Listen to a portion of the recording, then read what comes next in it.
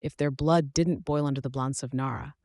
Orse will make a fine substitute, the words echoed through the void, transmitted across light years in all directions. A grim promise from the captain of the human warship Vanguard. The crew, hardened men of steel and nerve, knew the weight of words, though none flinched as they rang through the bulkheads. They had waited long for this moment, their chance to face the Draon, the scourge of the galaxy, and repay them for the atrocities they had committed. The Gyrons were a race of conquerors, their reach spanning dozens of star systems, leaving nothing but ruin in their wake. They were creatures born of shadow and fire, their massive war fleets unstoppable, their technology beyond comprehension to most empires, crumbled before the entire species, driven to extinction or slavery. They had once been myth-era, whispered about in the darkness of space, until they descended upon the galaxy with a fury unmatched and recorded history. But humanity was different.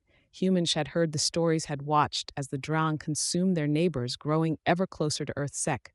They were not blind to the impending doom, but where others had begged for mercy or sought a hide, humanity had prepared. The Earth's resources were pulled, minds from every corner of the planet, working in unison. They knew there would be no negotiations, no surrender, and no salvation from the stars. So only one truth remained: survival would be on humanity's terms alone. The Vanguard had been forged in the crucible of desperation, a ship unlike any other in human history. It was a behemoth built not just for war, but for the utter annihilation of anything that dared to threaten humanity, armed with weapons that bent the fabric of space, shields that could withstand the heart of a star, and engines powered by the fury of 1,000 suns. It was humanity's answer to the Draon menace, and now it was humanity's spear pointed directly at the heart of the Draon. Empire captain were approaching the outer defense grid, reported Lieutenant Harris, his voice steady, betraying none of the tension that gripped the crew. Captain Marcus Locke nodded, his eyes fixed on the view screen that displayed the cold expanse of space ahead. The Draon defense grid was legendary, a web of automated battle stations, mines, and patrol ships that had shredded countless invaders long before they even saw the Draon homeworld. But the Vanguard was an ordinary ship, and Locke was an ordinary captain. Initiate, Clock ordered, his voice as cold as the void around them. The Vanguard shimmered and vanished from sight, the advanced stealth technology enveloping the ship in an imperceptible bubble to the Draon sensors. There was nothing there, just empty space. But the humans knew better. They knew that the Draon relied on their IOR technology, their arrogance blinding them to the possibility of a threat that could bypass their defenses. Were in position, Harris reported, to deploy the spikes. Locke commanded. The Vanguard's hull opened in several places, and from within, sleek black projectiles were launched, each one embedding itself in the floating battle stations and patrol ships. These were not weapons in the traditional sense, but rather infiltration devices. Once attached, they began to burrow through Draon technology, hacking into systems, overriding controls, and turning the once deadly defense grid into a puppet of the Vanguard's will. Spikes, a reactive captain, said Harris, were in control of the grid. Good, Locke said, a rare smile crossing his face. Open fire. The Vanguard's weapons came to life, but not in the way the Draon have expected. Instead of unleashing a barrage of missiles or energy blasts, the ship used the defense grid against itself. The battle stations sterned one each other, firing at their ollies. Patrol ships exploded in sudden, unprovoked attacks, and mines detonated in carefully calculated patterns, destroying the Draon defenses without a single shot fired from the Vanguard itself. The crew watched as the once impenetrable barrier crumbled before the Mandy. At none of them relaxed. They knew this was only the beginning. The Draon would not sidly by. As their defenses were dismantled, they would strike back, and when they did, they would do so with the full force of their war machine. Captain, incoming transmission from the Draon command, said Harris. Patch it through. Locke replied. The view screen flickered, and the visage of a Draon warlord filled the screen. The creature was imposing, even by human standards, its body encased in dark segmented armor that seemed to pulse with a life of its own. Its eyes burned with a cold fire, and its voice was sallow growth that sent shivers down the spines of lesser men. Humans. The warlord spat as if the word itself was poison. You dare to defy the Drempire, you are nothing. Your pitiful world will burn, and your people will be enslaved, their bones ground to dust beneath our feet. Locke's smile returned, colder than the void. You've had your turn, Draon, now it's ours. Before the warlord could respond, Locke gave the order. Fire. The Vanguard unleashed its full arsenal, a symphony of destruction that reverberated through the blackness of space, beams of energy to rip through Drange. IPS missiles found their marks with pinpoint precision, and the very fabric of space rippled as the Vanguard's most powerful weapons came to life. The Dremor fleet, which had once seemed invincible, was being torn apart. Ship by a single human warship. The warlord's image flickered, then disappeared as his ship was obliterated by a blast from the Vanguard's main cannon. The crew watched in silence, knowing that this was only the first step in a much larger battle. They were deep in drawn territory now, and there would be not turning back. Captain Zed Harish Veth, always breaking the silence. Enemy reinforcements are inbound. Their main fleet is on the way. Goodlock said, his eyes burning with the same cold fire that had filled the drowned warlords. Let them come. We'll show them what it means to face humanity. The Vanguard turned its prow toward the heart of the drowned empire, its engines flaring as it accelerated into the abyss. The crew braced themselves for what was to come, knowing that this was the moment they had trained for, the moment they had waited for their entire lives. As the stars streaked past them, Captain Locke gave the order that would seal the fate of the Drand. Full speed ahead, the Vanguard to through the blackness of space, leaving behind a trail of destruction. The remnants of the Draon defense grid floated aimlessly, lifeless and adrift as the ship powered toward its next target, the Draon home. World Captain were detecting the Draon main fleet on an intercept course. Lieutenant Harris reported, his fingers dancing over the console. They'll be within range in 10 minutes. Captain Marcus Locke glanced at the tactical display, his expression unreadable.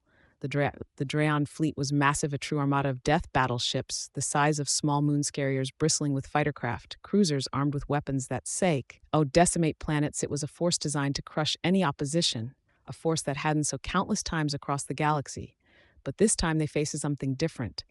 Deploy the drones, Locke ordered, his voice calm. The Vanguard's hull opened more this time, releasing a swarm of autonomous drones.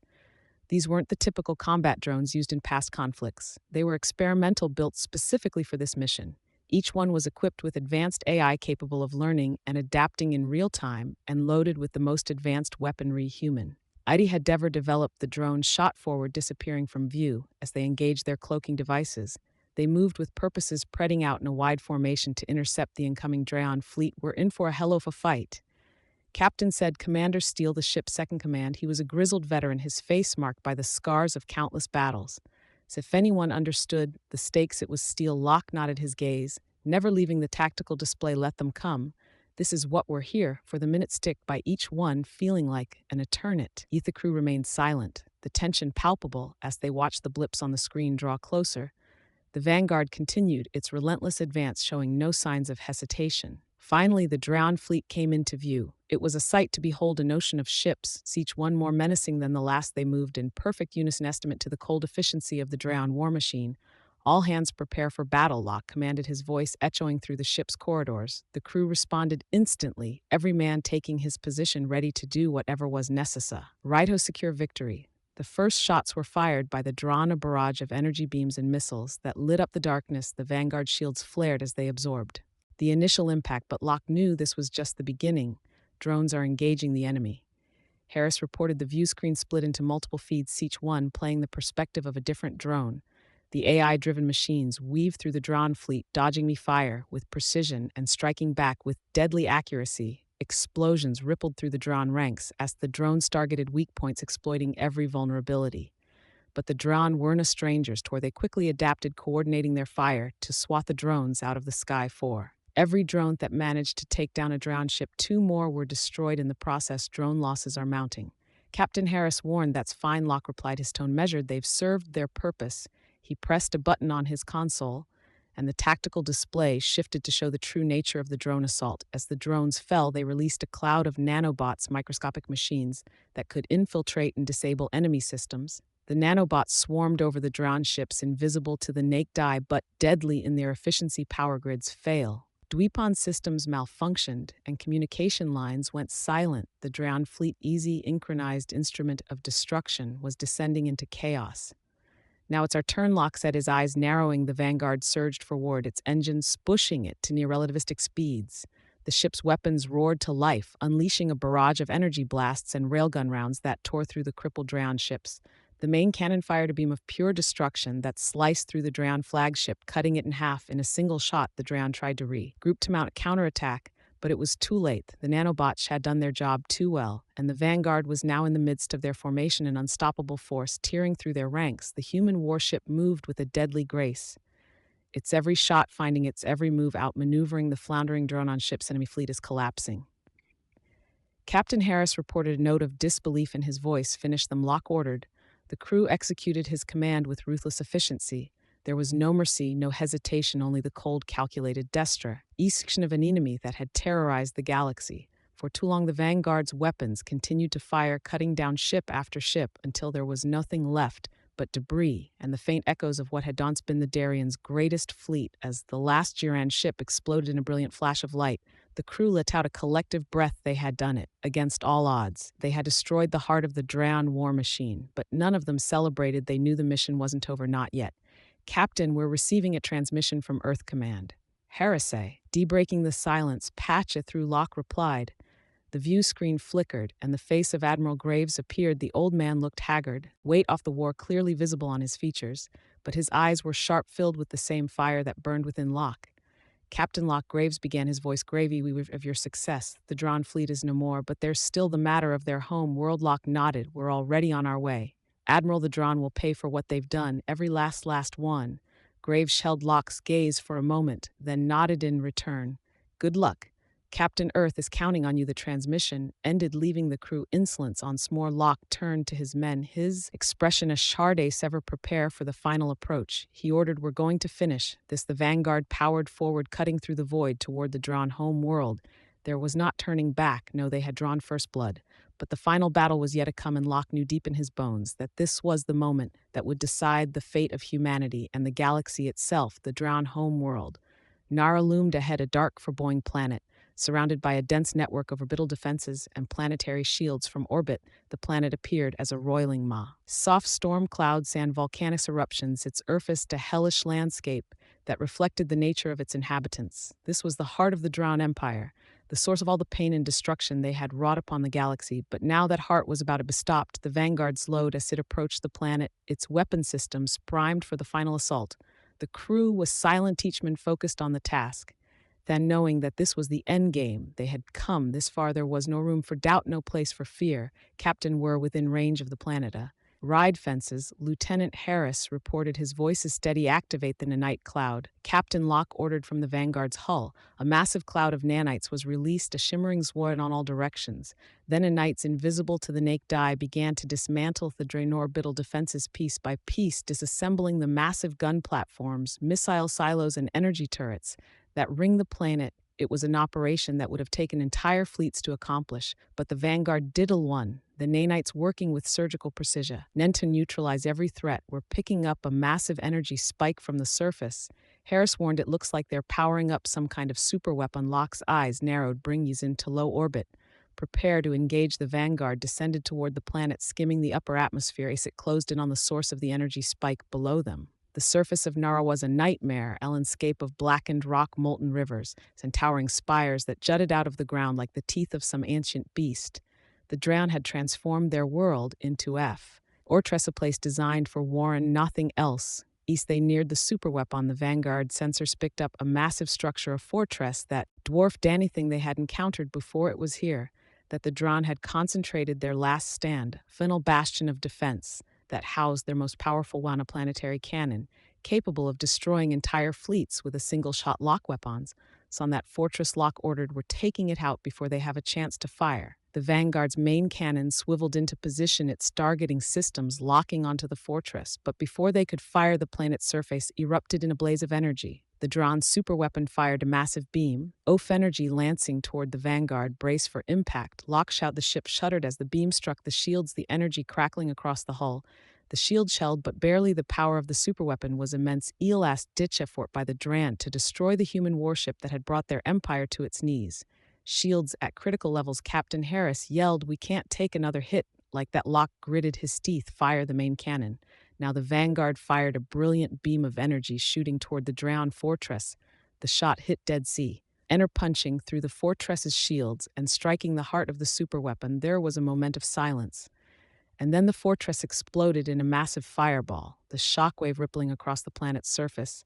The crew let out a collective cheer as the fortress was reduced to rubble. But Locke remained focused. He knew that this was only the beginning of the end. Captain, we've destroyed the superweapon, but we're detecting massive energy surges all over the planet. Harris reported, his voice tinged with concern. It looks like they're activating self-destruct protocols. The entire planet is going to blow. Locke's eyes widened. The Drown were determined to take as many of their enemies with them as possible. If the planet detonated, The resulting explosion could wipe out not just the Vanguard, but possibly damage Earth as well if the shockwave carried through the galaxy. "We have to stop it," Locke said, his mind racing. "Target the planet's core. We need to destabilize." The chain reaction, before it's too late, the Vanguard's weapons locked onto the planet's core. Deep beneath the surface, it was a desperate move. If they missed Chi, calculated they could accelerate the planet's destruction. But there was another option. Firing in 321, Locke counted down. The ship fired its weapons, piercing through the planet's crust, drilling deep into the core. The shot hit with precision, targeting the geothermal energy centers that powered the planet's doomsday protocols. For a moment, nothing happened. Then the ground below began to tremble and massive fissures opened up, spewing magma into the atmosphere.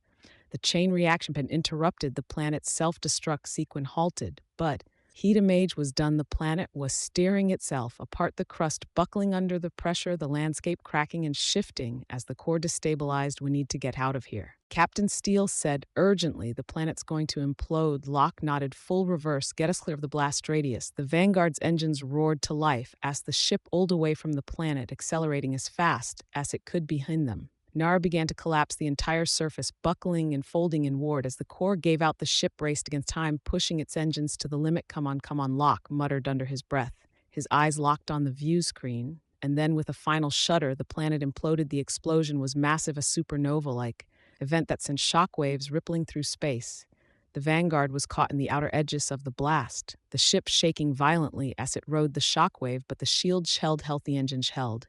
And finally, after what seemed like an eternity, the Vanguard emerged from the explosion, the blackness of space returning to calm. The crew sat in stunned silence. The realization of what they had just accomplished, slowly sinking in the Draon homeworld, was gone, destroyed along with the last remnants of the Draon Empire.